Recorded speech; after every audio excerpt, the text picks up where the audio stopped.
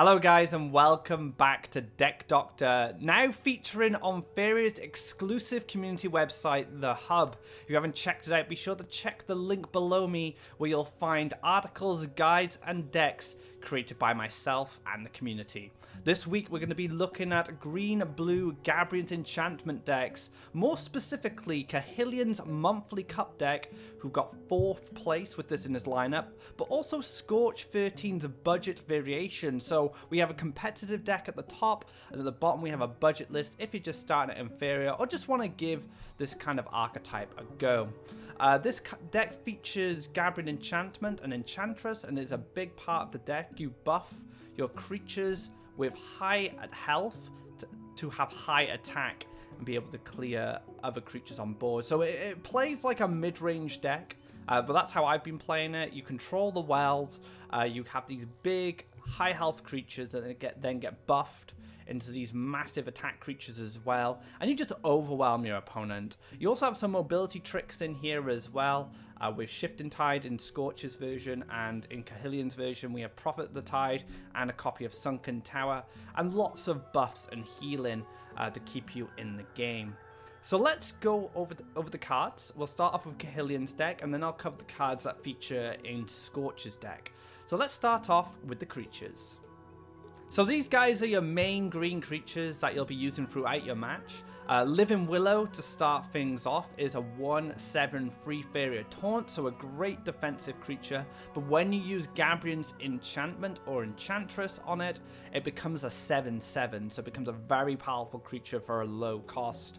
And this is a great card, not only as just a Faeria collector, it's a great defender because of its taunt, and when it gets that buff as well, it can contest some of the most powerful creatures in Faeria.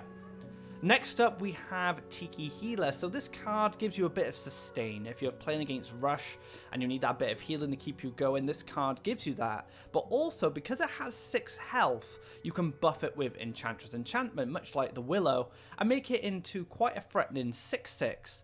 This also helps you sustain your health when using Forbidden Library. And next up is the Deepwood Grizzly, one of the bulkier creatures in the deck. It has 3 attack standard, which is great because that means it can clear a lot of the small harvesters that your opponent might be playing before it gets enchanted. But it also has 8 health as well, so it becomes an 8/8, which challenges stuff like Verdant Force and stays alive to tell the tale. So all these creatures are great with the Gabriel's Enchantment, and you'll be using these a lot as just warriors on the battlefield, but also as Faeria harvesters. So let's move on to the Gabriel cards themselves. These are 2 key cards that allow us to manipulate the attack values of both our friendly creatures and the opposing creatures. Gabriel Enchantment is a 2-cost event where a creature's attack becomes equal to its life and you draw a card, a cheap way to empower your creatures and dig deeper into your deck. Gabriel Enchantress has the same ability but in a gift effect, and you get a 2/5 creature as well. Just keep in mind that a Gabriel Enchantress can't enchant herself, she must target another creature. Now, one thing you can do with these cards as well is target your opponent's creatures. So if they say have a fire elemental on board, a 5/2, you can then transform it into a 2/2 with the enchantment effect. And this is a very good way of trading on board, especially if you don't lose your creature in the process. So let's talk about the power-up cards. So to start off with, we'll talk about Tiki Piper, a free Faeria 1/1 that has a gift ability of giving a creature +4 health. Tiki Piper can also target himself with this gift, unlike the Gabriel Enchantress. And that's important as well because Tiki Piper will not only extend the health of other creatures, but he can also turn himself into quite a formidable creature with an enchantment. He becomes a 5/5 collector or warrior, whatever you want him to do. And giving it to another creature is also really good for extending their reach. So if you give it to a Deepwood Grizzly, you become a 12/12 with an enchantment. And that's a lot of damage going to a creature or to your opponent's orb. So there's so much utility in this card. It's one of the best cards in the deck and really suits this theme of Gabriel's Enchantment.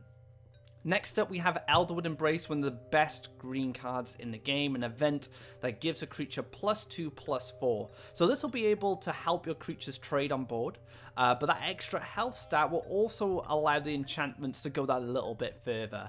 Now, this card's great for powering up your smaller creatures like an unbuffed Tiki or an Aurora, which you can see on the side, and allowing them to clear harvesters and stuff like that, but you can also extend your damage reach on some of your bigger creatures.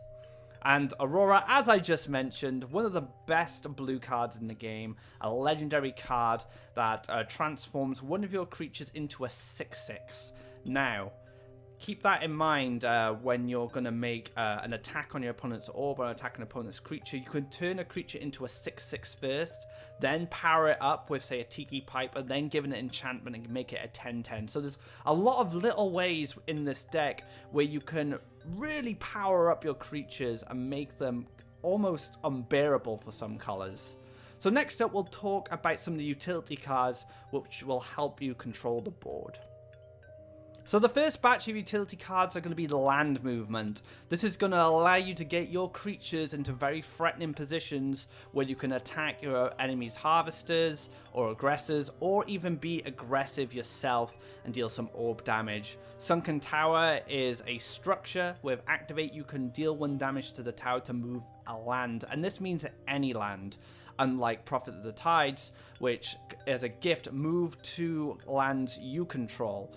So keep that in mind when you're playing these cards to move your creatures around. Prophet will only target your lands, whereas Sunken Tower, you can move your enemy lands if you need to get closer. And these are some of the more difficult cards to use in the deck and will take some practice. You know, identifying when you can move your creatures into aggressive or defensive positions using these utility cards that move land.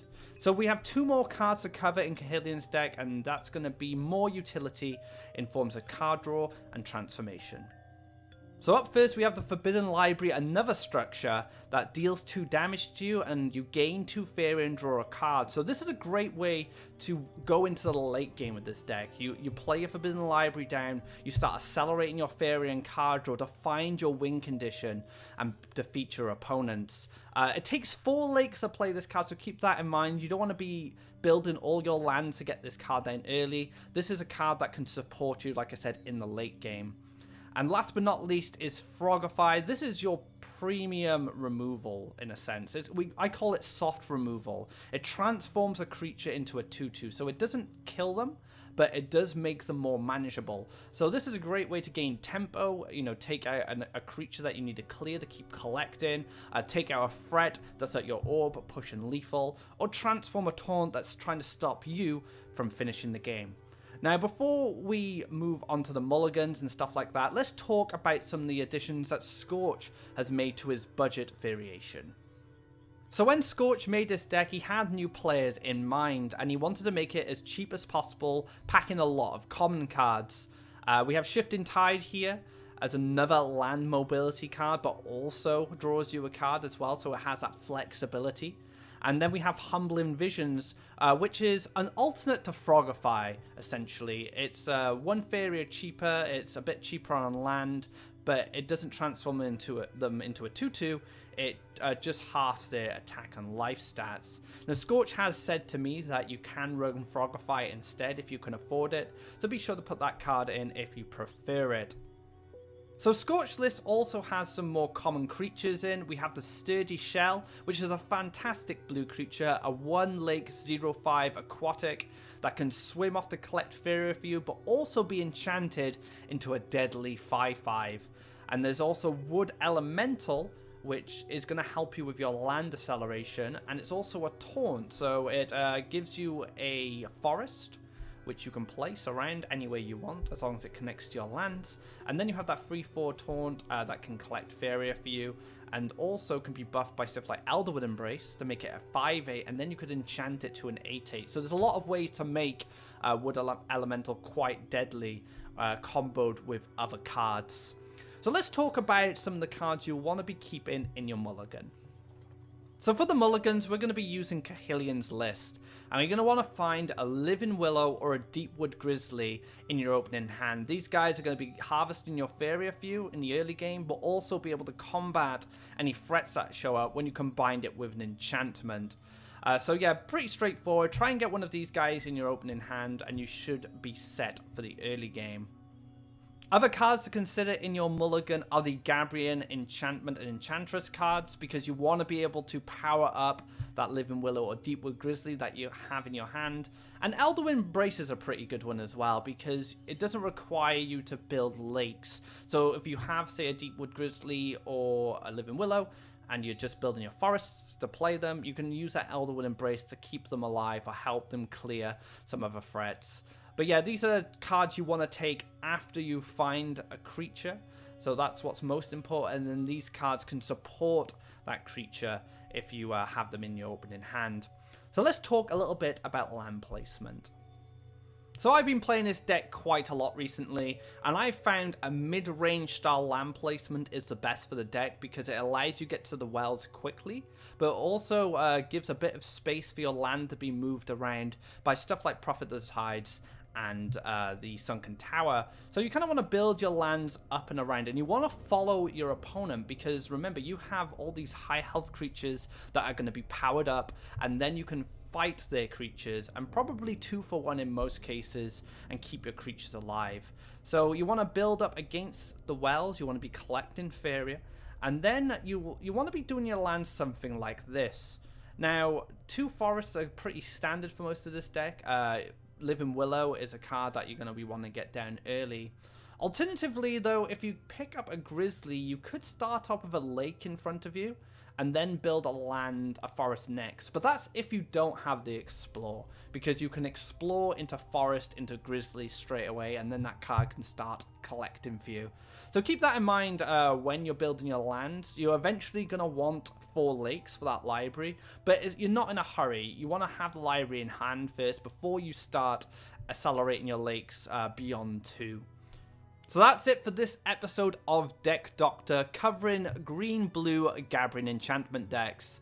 If you like this video, be sure to subscribe to our YouTube channel. All my videos from now on will be featured over on this channel.